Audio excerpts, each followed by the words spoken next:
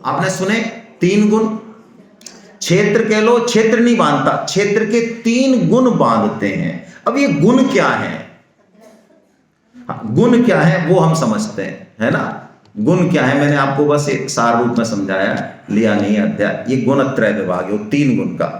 अब देखिए गुण क्या है।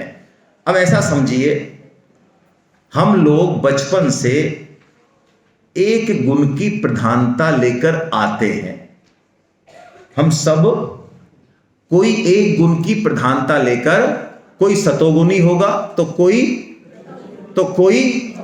अच्छा ये तो हो गया। अब हमारे गुण ये बदलते भी हैं। जैसे अभी हम गीता क्लास में हैं तो हमारा कौन सा गुण बढ़ा हुआ है? अभी हम रात को चले जाएंगे 9, साढ़े 9, 10 बजे, है ना। कई लोग 12-1 बजे भी सुनते हैं। मैं ऐसे कल आवाज आ रही थी, वो 12-1 बजे सोते हैं, तो उस समय उनका कौन सा गुण बढ़ा रहेगा? है ना। तो ये सतो रजो, ब्रह्म मुहूर्त में हम उठ गए तो कौन सा गुण बढ़ा रहेगा? हम काम पे निकले हुए हैं, कई सारे टास्क करने, मल्टीटास्किंग करनी है, तो कौन सा गुण बढ़ा हुआ है? रजोगुण, है ना।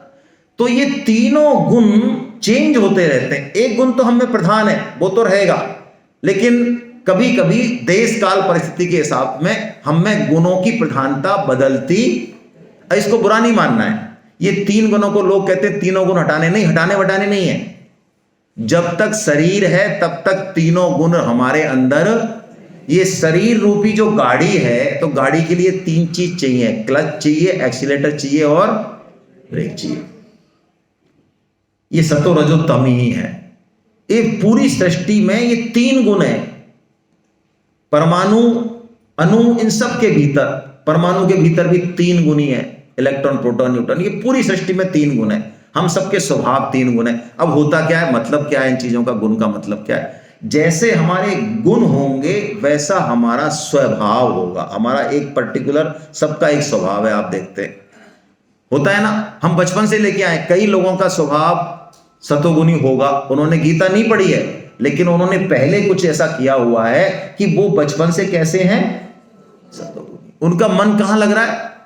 कई ऐसे होंगे वो गीता पढ़ भी रहे हैं, लेकिन उनका मन इतना खराब है अभी भी गीता पढ़ते हुए भी, कि वो, उनको लग रहा है कैसे जान छूटे। जैसे हमें लोग कहते हैं कि साहब माला कैसे करें? मैं, क्यों? आप तो कह रहे थे माला में आनंद आता है। भाई साहब सही बताएं आपको, हमें तो बिल्कुल आनंद नहीं आता, हमें तो नींद आती है।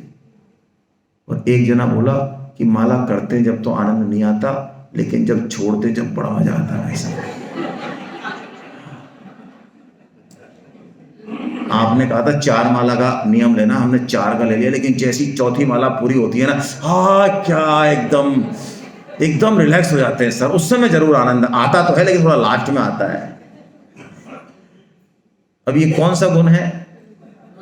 ये रजो और तमो गुण है हमारा, है ना।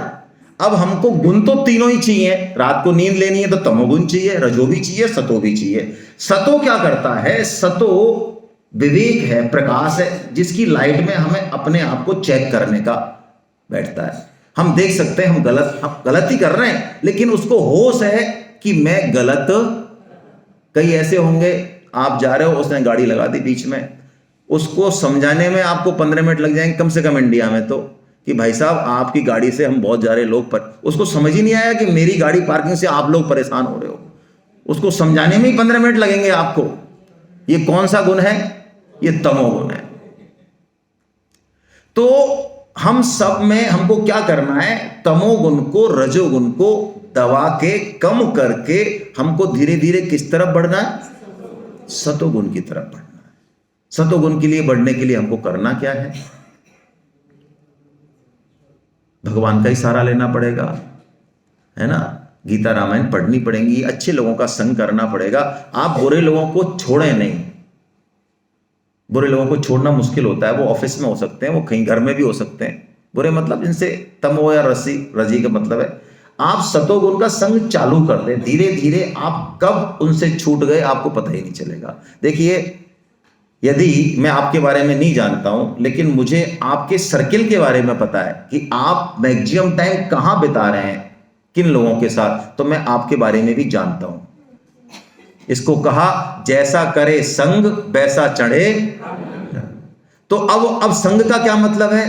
अब संग का मतलब सिर्फ यही नहीं है। गीता कहती है आहार आप कैसा खा रहे हैं, आप ये पांचों जो इंद्रियां हैं, आंख से क्या देखना चाह रहे हैं, कान से क्या सुनना चाह रहे हैं, मन बुद्धि का आहार क्या है, आपका इंटेक क्या है 24 घंटे में इंटेक, उसको जैसे ही आपने कंट्रोल किया, हमारा गुण और स्वभाव बदलने लग जाएगा। और जैसा गुण और स्वभाव होगा वैसे ही हमारे कर्म होंगे, अपने आप होंगे। यानी गुण, कर्म और स्वभाव ये इंटरडिपेंडेंट है, इंटररिलेटेड है। ये भगवान ने कहा इससे हम बंधते हैं। सतोगुण में हमको जाना है, लेकिन सतोगुण को भी हमको चिपकना नहीं है, क्योंकि सतोगुण भी बंधनकारी।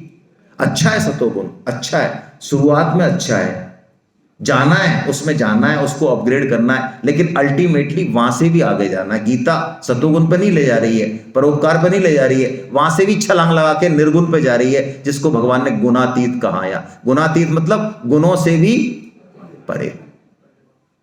सतोगुण बुरा क्यों है मैं बताता हूं, बहुत मुश्किल काम है ये समझना सतोगुण क्यों बुरा है।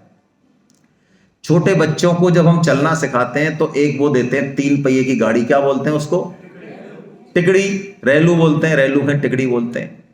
अच्छा, बच्चा रेलू से चलना सीख रहा है, ये बढ़िया चीज है कि खराब चीज है? ये तो बढ़िया चीज है।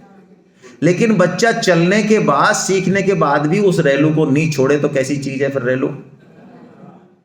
सतोगुण में हमको जाना है, लेकिन उसको पकड़ना, यात्रा अभी और आगे चलेगी।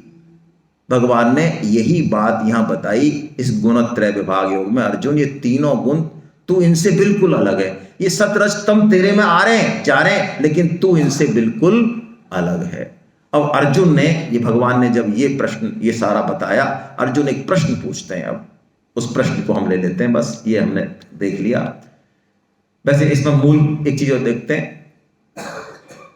सतोगुण में तो क्या है, ये निर्मल है, प्रकाशक है और निर्विकार है। रजोगुण क्या है, ये राग है, तृष्णा, कार्विंग, और चाहिए और चाहिए, पेट नहीं भर रहा है, ये राग है, ये काम में लगाए रखता है हमको, है ना। और तमोगुण क्या है, तमोगुण तो बिल्कुल बेकार है, अज्ञान, प्रमाद, आलस्य, निद्रा, है ना, ये तो हमने देख लिया। अब अर्जुन एक प्रश्न करते हैं, अर्जुन को कोई सरल उपाय चाहिए गुणों से पार जाने का। अर्जुन पूछते हैं, प्रभु जो आपने मुझे उपाय बताया ना, ये गुणों की कैलकुलेशन ऐसे ऐसे, ये मेरे समझ नहीं आई बात ज्यादा। आप मुझे कोई एक सरल सा फार्मूला बताओ जिससे कि मैं सीधा ही गुणों से छलांग लगा के आपके पास आ सकूं, गुणातीत। तब भगवान ने ये श्लोक बोला, इसको हम थोड़ा देख लेते हैं, फिर इस पर हम चर्चा जो है इसके आगे की कल करेंगे। माम चयो व्यभिचारेण भक्ति योगेन सेवते सगुणान् समतीते तान् ब्रह्म भूयाय कल्पते। जो मनुष्य अव्यभिचारिणी भक्ति योग के द्वारा मेरा सेवन करेगा, वो इन गुणों का अतिक्रमण करके ब्रह्म प्राप्ति यानी मुझे प्राप्त, क्या है कंडीशन, अव्यभिचारिणी। व्यभिचार का मतलब क्या होता है? व्यभिचार कहते हैं सामान्य भाषा में किसी भी स्त्री किसी भी पुरुष का संबंध एक की जगह 2 से हो, ज्यादा से हो, तो वो व्यभिचार है।